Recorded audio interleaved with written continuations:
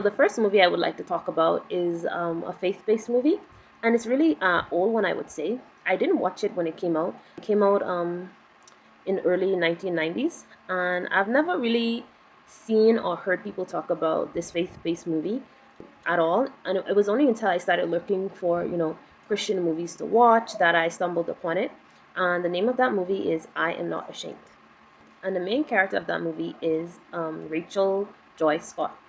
So, I didn't know that this movie was not just a Christian movie, but it was based on a real life story, which is the girl Rachel Joy Scott, and she was a high schooler going to Columbine High School, and she was a victim of a school massacre during her timeline, and it was one of the major shootings. Like based on the research I was doing, and based on her book, like her parents published a book to honor her and her memory. And when I started reading, doing the backstory, because after I finished watched it, I wondered if some of the parts of the movie were true. So I started doing a bit of research, and I found out like most of what was done in the movie was true. So she was a victim, 13 people died, and she was one of them.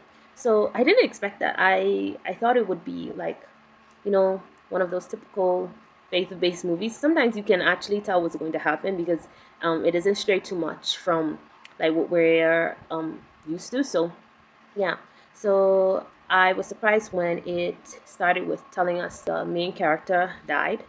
She was a part of the ones that were slain in the massacre, and I believe she was a martyr because when you reach the end of the story, the guy did ask her, "Do you believe in God?" She says, I do." And I think when she said that, that solidified her whole story, her whole identity. Because, when we go to the beginning, so let's go back to the beginning. So, the beginning, it starts with her going to high school and all of the ups and downs. She is not certain of who she is. She's looking for purpose. She wants to be wanted. She went through that period of, what am I going to do? Who am I? Like, she was trying to find herself. And through that process, she discovered Christ. For me, she came into her identity, but she still had to walk that out. So basically, the story is about her walking out her new life in Christ in high school, where there's different opinions, there's different beliefs, and you can see the ups and downs she faces. Eventually, she faces backlash from friends who she used to know, even herself before she even stood fully for Christ. She was lukewarm in terms of she still, according to the film, she still went about those type of parties and environments. So after we see her going through the trouble of trying to fit not fit in as in just do what everybody is doing, but she was not trying to cause any trouble. She just wants to have faith and be likable. But I think as she wanted to do that at first, she gradually saw that that was not going to work out for her because she went through so many emotional stress because she was on two sides. Like she was one side, she went with drinking with her friends. The other side, she's going to break through a group that they meet up and they talk about God. I'm just saying, like, she was having resistance, and the resistance was coming from her own life. It's like your old self is fighting your new self, and that's what she was going through. And yeah, that's one of the main themes is identity, and eventually the new identity won. It happened after the breakup with this boy that she liked, that she wanted to go further with into a serious relationship, but he ends up, cheating on her with her best friend. Her friendship group was so good, in my opinion. Even though I feel like Rachel was so different from them, they all accepted each other, and it was only when the main best friend was going to sleep with her supposed theater boyfriend, because both of them were in theater, they both loved to act, and she really liked him, but he was a guy that wasn't serious, and he was also spiritual. Like he wasn't a Christian, he believed in auras and such, and he didn't even know that she was a full-fledged Christian, like wasn't just a Christian by word.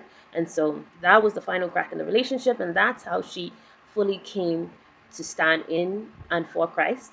And yeah, hardship followed, persecution, but eventually she came on top, and she still managed to have a life Like, it wasn't that she couldn't go to school anymore. You know, she started living fully. She started helping other kids who went through like the trauma of, having divorced parents. And yeah, her parents were divorced. And I think that was also another theme, trauma children face when parents get divorced. And so, yeah, she eventually even forgave the best friend and the supposed boyfriend. She wrote them a letter. And, you can see how life changing at the end once she started standing up for her faith. But also, mind you, we get back to the initial thing, which I would say is she was murdered. And that happens at the end when you see Rachel come into her, I would say, full glory, when she starts to flourish. We also see a glimpse of the two boys who were the murderers, and there was a lot of signs, I would say. There was a lot of signs that things were not right. We saw them getting bullied, at least one of them I remember. And bullying really, for me, harms a person's self-confidence and their mentality. And so I don't use that to justify it, but I can see how that hurt them. And when you don't let go of hurt, you internalize it, how destructive it can be. So these two, I feel like they took offense from small slights that were not even there if you watch the movie. They just assume or accuse. And I think it's because maybe, they've been bullied, so they already have this label on people who don't agree with them. It was sad to see what happened at the end, because you saw how the school was becoming better, how the bullies were changing, how the bullies were actually trying to protect those who were being bullied. And you saw like the environment was shifting, and people were just, it was changing. Like Christians who were, well, a Christian who was hiding was now going to stand up to really live a life of, faith in the open. And then also one of her friends from her friend group, the one that was more gothic, like, she opened herself up to Rachel, because before she thought Rachel was like a goody goody, like she didn't understand, problems like, that she was facing. But they mended it, and now you can see that the relationship was beginning to be something more deeper, like not shallow, like talking about serious issues. But yeah, a lot of things were cut short because she ended up being killed because of her faith. It was really eye-opening, I must say. Going through that tragedy, I can't imagine. Like, I remember growing up hearing about shootings, and I don't know when they started happening, in the 90s or early 2000s, but I remember just a period of one shooting at school, one other shooting. For me, even though that this is an old movie, I do believe it's relevant. It's relevant because it talks about something that is still happening, which is the shootings.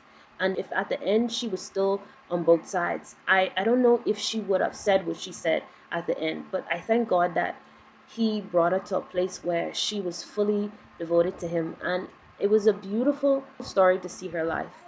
um Overall, I really like the story, and I think that it should be shown more to teenagers who are going through the same issues, like struggling with their faith, being more public and standing up for their beliefs. That's what I would say. It's up there for me with like The Case for Christ. Like, it's one of those movies that really affect you. Like, it was encouraging, it was also sorrowful, but you saw how much her life meant to other people. And one of the main things, like, you see her growing with God, see her talking to God, see her sharing her feelings, and her sorrow and her emotions and everything, about life with God. And it's a beautiful, beautiful movie, and I would encourage you guys to watch it. It's really relevant today. That is my movie of the week. I'm not ashamed. It's really a good movie, and I hope you guys get to watch it.